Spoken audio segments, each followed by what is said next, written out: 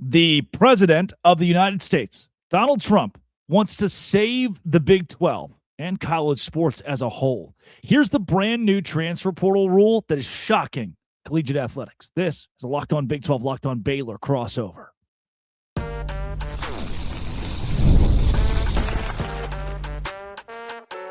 You are Locked On Big 12, your daily podcast on the Big 12 Conference. Part of the Locked On Podcast Network, your team every day.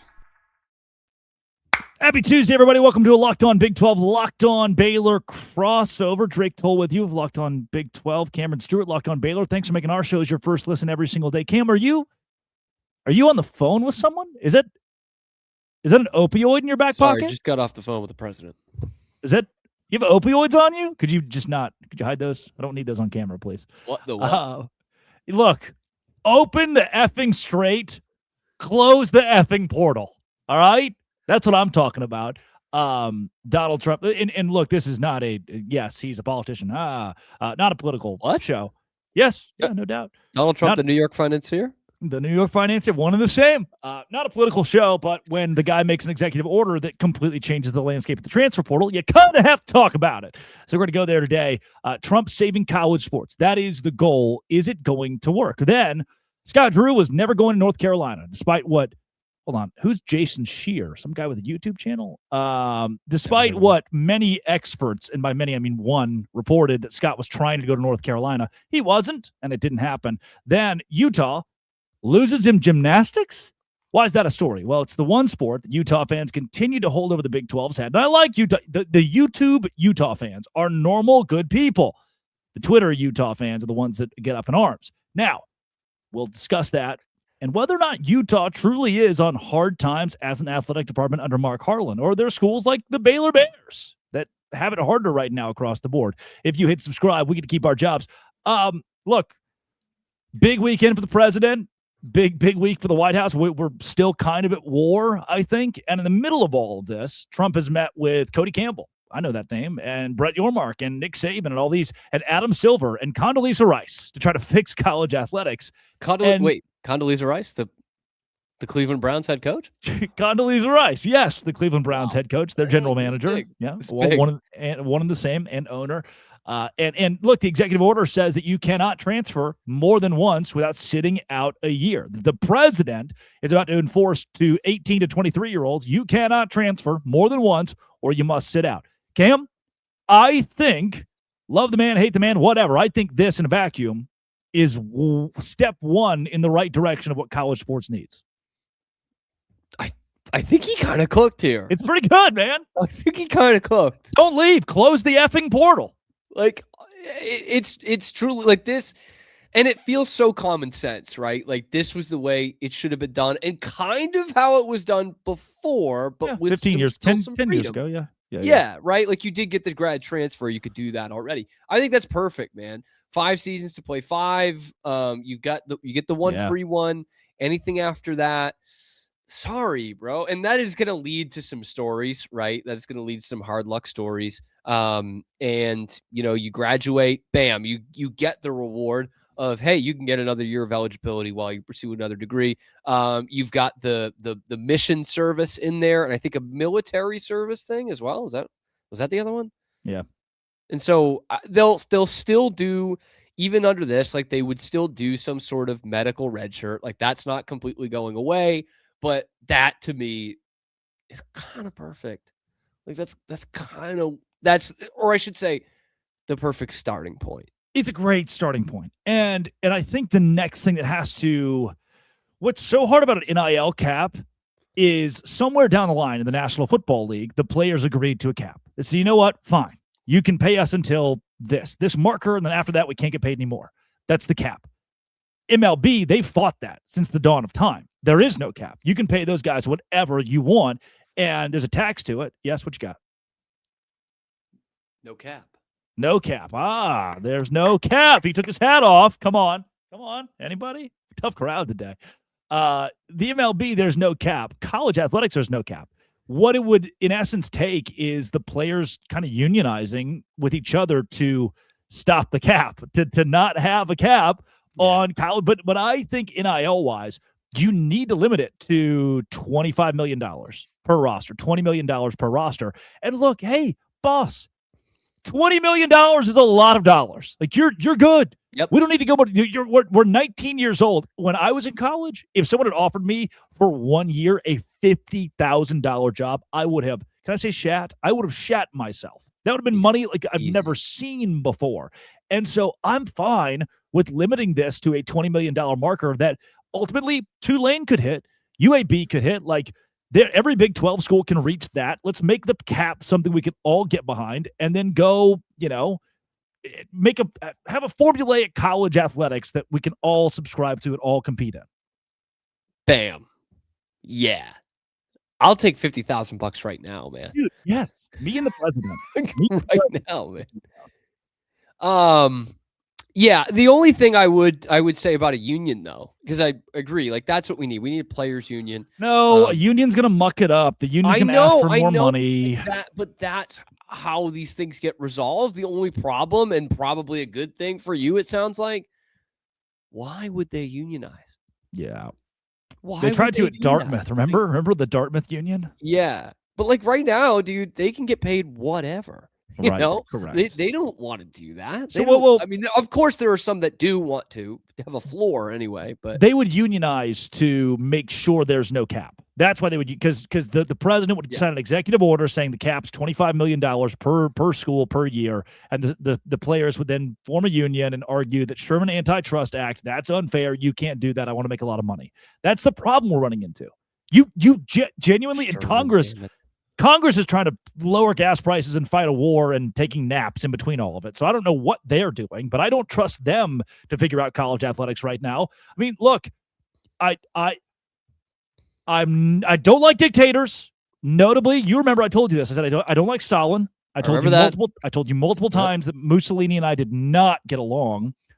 But you're not getting that Lazio jersey. If there's one man, the only way we can all agree on this is an executive order, and the president says, hey, no more transfer portal and no more NIL Wild West.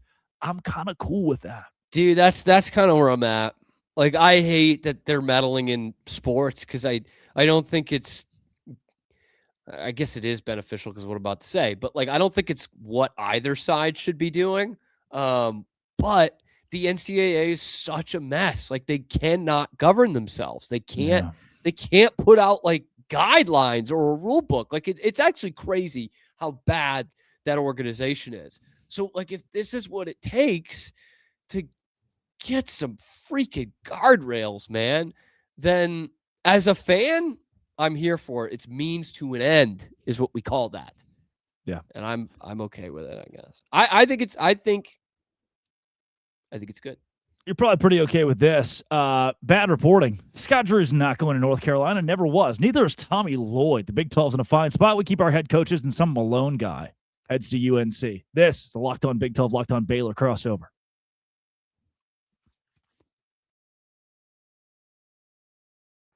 I'm Clea Butler, host of Locked On Women's Basketball, and this is Mazda's Women's Basketball Snapshot, celebrating the work no highlight reel can ever capture.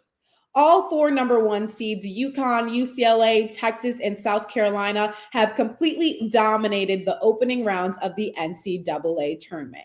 UConn rolled with a 98-45 victory over Syracuse behind AZ Fudd, who had a 34-point explosion, while South Carolina has been led by Joyce Edwards coming off a 23-point game. UCLA leaned on Lauren Betts with a 35-point performance in an 87-68 win over Oklahoma State. And Texas advanced comfortably with a 40-point show from Madison Booker. And now we're headed to the Sweet 16. These moments are earned off the clock, those long before the lights ever come on. The sweat, the fakes, the doubt, the scrapes, and coming back for more every time. Mazda puts the same drive into every detail. Wins define the moment. Putting in the work, that defines you. There's more to a Mazda because there's more to you. Cameron Stuart, Locked On Baylor. Hey, if you love Locked On shows, go to lockedonbaylor.supercast.com, lockedonbig12.supercast.com to get ad-free Locked On shows. For the everydayers of the world, that is for you, lockedonbig12.supercast.com. So this tweet comes across my desk. Jason Shear says, Scott Drew really wants the UNC job. Just letting you all know. Well, that was a lie. By the way, thank you. Thank you for letting us all know. Yep. He was letting us know. He had information no one else had because it wasn't real. It's sometimes you have thoughts. The voices in your head will speak to you. You don't have to tweet those. Jason Shear is allowed to have a Twitter account. I researched it because the entire public, whether, idiot or not, everyone has free and open access to Twitter. And he tweets things like this. Scott Drew really wants the UNC job. So I did some digging, made some phone calls because, Baylor went there. The helmet's in the back. So made some calls to folks in the athletic department. They're like, no. UNC called. Scott picked up the phone and was like, hey, 1 second. Yes, what? Sorry, what's going on? They're like, we're North Carolina. We would like to hire you as our basketball coach. He's like, all right, well, I'm kind of busy. The dryer's done. Click. So, I mean, yeah. In the middle of Exodus right now, actually. I guess technically they talked. He's like, he is risen. Click. Technically, they talked, so I guess, but there was never where Scott wanted to pursue or was trying to campaign himself for the North Carolina. He didn't ever really want the UNC job. That's just bad reporting. And Tommy Lloyd was using this as chips on the table, grab some more money from Arizona, kind of do what Kalani Sitake did with Penn State, and say, look, I don't hate the administration. Kind of did it 2 years ago as well. Yeah. It's kind of, hey, I want more money for my staff. I want, a couple things tightened up around here. Ultimately, I think what Scott wanted then, and it was Mac Rhodes, so of course he wanted this. What Scott wanted then, what Kalani wanted, what Tommy wanted, they needed to be the GM, that they wanted to hone in their sport. Hey, I control football. I control basketball. ADs, you kind of stay in your lane. Let me cook. Scott got that. Tommy got that. And Kalani got that. And in this hiring cycle with UNC, a lot of dumb things were said, but there was never a point where Scott Drew was going to North Carolina. And from what I hear, there was never a true point where Tommy Lloyd was going to North Carolina. The Big 12 turned down one of the biggest blue bloods you could draw up. Again, this is becoming kind of an annual tradition. Obviously, we saw it with Scott a couple years ago at Kentucky, the aforementioned Kentucky saga. Yeah, dude, it just didn't make sense in 2026. Like 10 years ago, yeah, you'd be like, really? Scott Drew didn't want North Carolina? But in a weird way, as the NIL era like unevens the playing field, when it comes to job openings, it's kind of leveled the playing field a lot. Like Scott Drew and Ben McCollum were both like, no, we're good. We're good. We get that Norlander report, which is like, yeah, Scott Drew didn't really go down that road. He said he has risen and hung up the phone. Like that's what it was. And we saw it with him in Kentucky. We saw it with Kalen DeBoer getting hired at Alabama because 3 or 4 other guys said no. Guys within the SEC, Lane Kiffin and Steve Sarkisian, both saying no. I don't want to go coach at Alabama. I'm fine here actually. And that's what Scott Drew has done. Again, like, could UNC give better resources? Sure. But I think overall, he's like, look, I'm not playing this game, man. I'm sticking at Baylor, sticking to the best conference in college basketball. We're not poor. I keep saying that, dude. Like, Baylor has plenty of issues right now in the athletic department and within the basketball program, but it's not because the basketball program is poor. Like, they're shelling out quite a bit of money every year. They're just not using it that well. So like Scott does have what he wants at Baylor. Like there's nothing that Carolina is going to give him. Jesus. He does have Jesus. Tenure. Also, again, unabridged access to Christ. That's a very good plus. It's a big part of it. It's a huge part of it, man. He likes that. I mean, you can go to church with Scott or around Scott Wake. He's there every Sunday. His team's there every Sunday. It's a different kind of culture that you get to be a part of at Baylor that Scott values. Yeah. This is something Scott Drew would have loved. So I'm at my aunt and uncle's house for Easter. Yeah. And they got a CD rack, old CD rack. I see the side of the CD, Tupac, Outlaws. Okay. I'm like, whoa. Well, Uncle Joe is just like old Irish Catholic, like pretty conservative, kind of like old dude. Never wears shorts, for example. Wow. And so I was like, no way. And I pull out this CD, and they had put a different CD in it. VBS 2000. Yes. Yep. Yeah, that's what I'm talking about, man. Vacation Bible School. That's what you get at Scott Drew's office. If there's a Newsboys. jukebox CD there, it is Vacation Bible School, brother. DC Talk. I'm talking. I mean, this is Creed, which is still pushing it a little bit. Creed's a little too mainstream, pushing it, but it's the edge. There's a lot of people who don't know that Creed is Christian rock, which is surprising. Can you take me higher? It's like a heaven reference. Just read the lyrics one time for me. Read the lyrics, please. To my father's house, big, big house. Sheer then gets into a tiff with a literal Barstool account, Barstool Sikkim, which, whatever. Like sometimes they tweet stupid enough things that it's worth responding to. Other times they cook, and they cooked here. So Sheer tweets, Scott Drew really wants the UNC job. Barstool Sikkim says, you're such an idiot. They use the right form of your, by the way, which puts some of the upper tier Barstool accounts already. You're not getting that at UNC, Scott. So Sheer responds to the Barstool Sikkim account, which is already funny. Like a YouTube reporter with a beard is responding to a Barstool account and says, when his name comes out over the next 72 hours as having mutual interest, will you apologize? Guess what never happened? Anybody? Like not even 7 hours, by the way. Anybody? Guess what never happened? Will you apologize? Will you come begging on your knee? Will you be my concubine? Will you be my concubine? If he doesn't come out, I just wow. Dude, this is like a shutout loss. Because not only did that happen quickly, but we have reports. I mean, it is fair to say, based on other reports, that Scott Drew rejected them. Like he hung up on them. He said no. Norlander said yes. He picked the phone up because he thought it was a telemarketer who he could tell about Jesus, but instead it was UNC, and he had to be like, "Oh no, I don't want that job." He straight up rejected North Carolina. The quote from Norlander is something like, "Scott Drew did not want to go down that path," that's as clear as it gets. Very nice way. That is reaching out to Scott Drew and Scott being like, I mean, I really hung up on their ass, but I'm Scott Drew. I'm going to be real nice about this. Yeah, I just didn't really want to go down that path. Yep. Just didn't want to go down that hallway. That Norlander tweet reads as if Scott texted him that.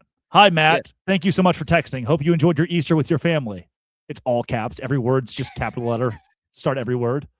This is Scott Drew. Happy birthday, Lace Darius done.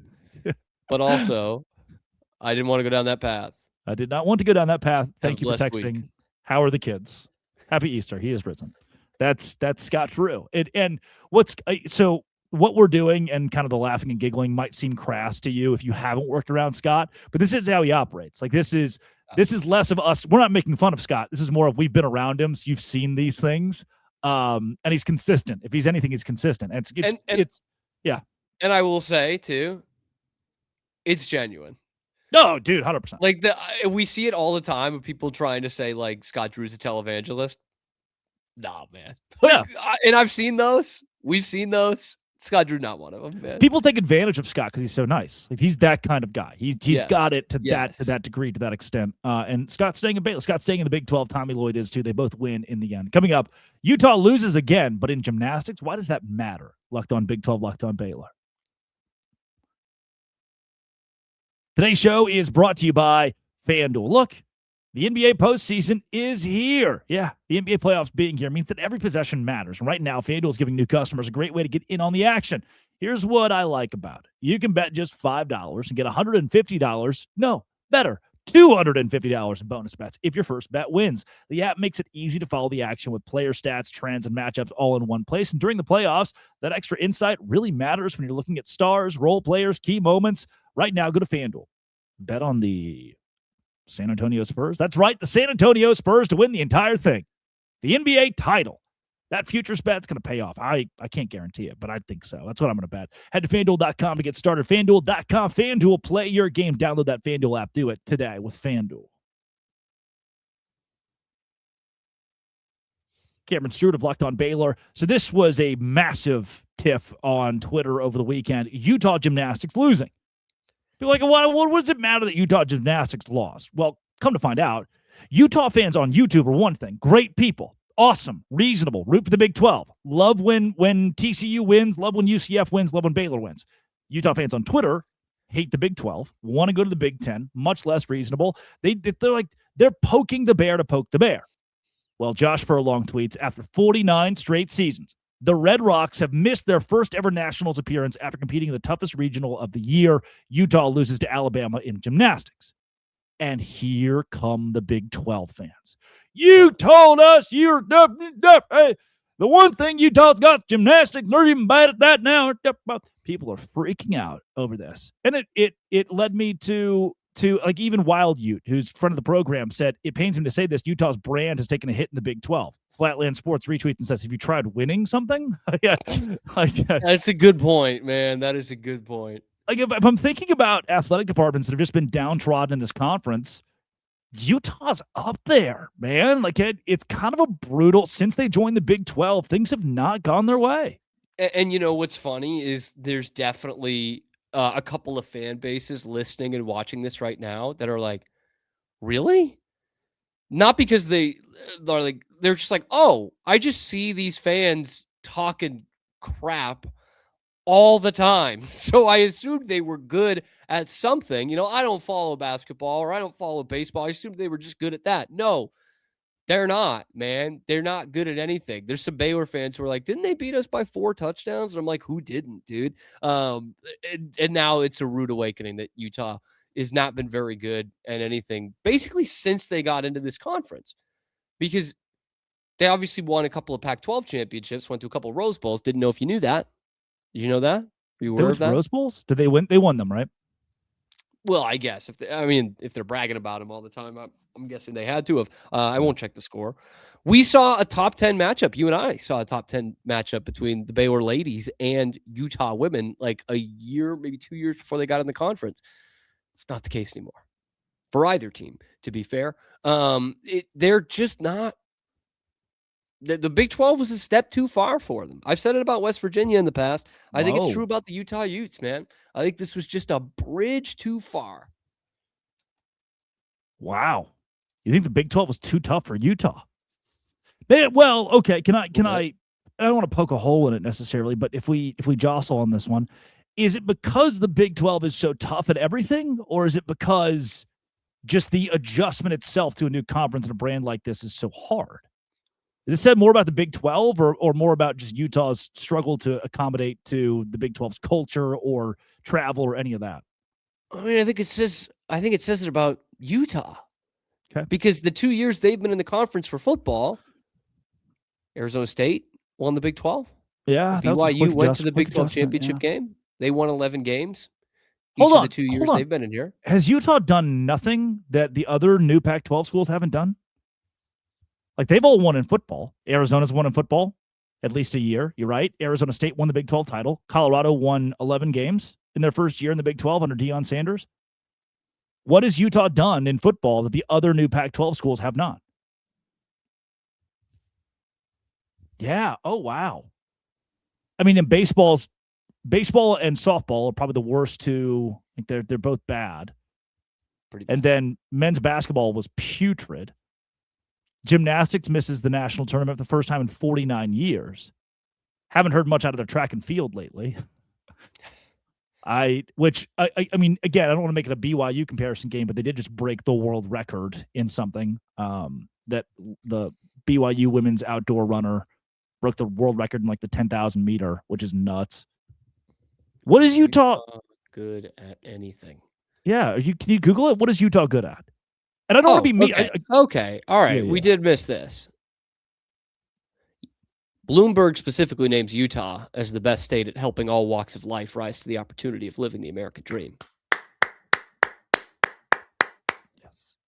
Isn't Utah one of the least diverse states in the union? Probably. Like, I don't know what Bloomberg wants me to do with that. Again, it's not a poo-poo on Utah, because think about Baylor. It looks pretty rough at a lot of things right now. UCF pretty rough at a lot of things. Trust me, I know what it's like to not be good at anything that people care about. UCF's number one at baseball, actually, 10-2 as we speak. I just and yeah, again, YouTube and podcast listening Utah fans, you do not deserve this. You do not deserve the disparaging that we're giving you. But man, the Twitter warriors, the Twitter Utes, show it to your Twitter friends. YouTube, they're so aggressive about how good Utah is and everything. How the Utah should leave the Big 12. They don't feel welcome. They should go to the Big 10. Yeah, see, it's more than that they're good. It is that like the Big 12 is bringing us down. Like we shouldn't be a part of this because we're better than this. Right. That's wow. I didn't know that we would uncover all of this. So many things about Utah's that gymnastics would reveal all of this, but it makes you is revealing. So then, what's the answer? Is it because I'm not a Mark Harlan guy? I'm not a fan of Mark Harlan. We have a great stoked the flames on this whole thing, by the way. Yeah, some Utah fans going to tweet about, well, he's on the committee, so he's got to be doing something right. Like, yeah, Jeff Long, Condoleezza Rice, the ghost of Barry Alvarez, dead or alive, Barry Alvarez. It's always Condoleezza Rice, Jeff Long, Barry Alvarez, Hunter Yurachek at Arkansas. Yeah, I won't know if he's alive until Wisconsin fires their football coach before a bowl game, and they hire Barry Alvarez again. And Barry Alvarez is the interim. And then Mac Rhodes. So we have a history of the worst human beings alive being on these committees and deciding who goes where and to what. The worst possible choices you could make. Like, again, Jeff Long's been fired from so many jobs for nefarious things. Like, I don't know. He's a great member of our committee. Mark Harlan being a member of the committee doesn't tell me much. The athletic department, and he's not good at the podium. Like God! You already said Hunter Yurachek's one of them, bro. Yeah. Like, I'm forgetting, by the way. Yeah, he's the leader of them. They replaced Mac Rhodes with Hunter Yurachek. Yeah, and Mac Rhodes has had some success, obviously, as an AD, but you look at the last couple of seasons, it's going in the wrong direction. So there's another one, like in terms of the job they're doing. He's had success. Look, he's a finisher. Mac Rhodes when he can get it done, he can get it done everywhere. Sure. Careful. And hired Houston's best ever basketball coach. 2014, Kelvin Sampson. The crown jewel, we can end here. That same AD just let the greatest coach in your school's history walk out the front door. Like, retirement job, has 3 years left coaching, and could have just used those 3 years at Utah. Went out on the Utah. Sorry. Kevin Harlan, not Kim Mulkey. Kevin Harlan. Kevin Harlan let Kyle Whittingham walk. Mark Harlan. I will never forgive him for that. Apparently, this is just a weird time to be a Utah fan, probably, and you're being outspent by the other school who shall not be named, and your AD is making decisions that the rest of the conference is looking at and going, "Well, that's stupid." And you lost your head coach because you didn't want to keep him, and he became the head coach at Michigan, right? Like, it's not like Kyle Whittingham got the boot and went to Wake Forest. He went to Michigan. Yeah. Is Utah a better job than Michigan? I'll hang up and listen. Wow. Did he perhaps go to Michigan as a soft landing spot after Utah? After Utah fired him. We did not fire him. You didn't. You just told him he couldn't keep being the head coach after February 2026 and had to relent all duties to his associate head coach and defensive coordinator. Well, he could still be the head coach. I mean, yes, I guess technically. A lot of odd decisions out of Utah. Makes you question. And what does Michigan do for the American dream? That's my question. It used to seem like a young man's dream, but man, and he went to, in the wake of the Edmund Fitzgerald sinking, to walk into that state in the disarray that they're in. That takes some balls from Kyle Whittingham. It does, man. They're still recovering from those 29 lives. 30 if you count Gordon Lightfoot, who we lost in 2023. There are questions. Who's the most discombobulated athletic department in the Big 12? And why is Utah fighting for number one? Like, it shouldn't be that way. Shouldn't be. You know what? I look at the Utah athletic department, and if I was Mark Harlan, I'd just say, fellas, it's too rough to feed you. It's been good to know you. It's been good to know you. Cameron Stuart, Locked On Baylor, at Real Cam Stewart on Twitter. This has been and always will be Locked On. Thanks for making our shows your first listen every single day. Crossover with Baylor and Dose Grande.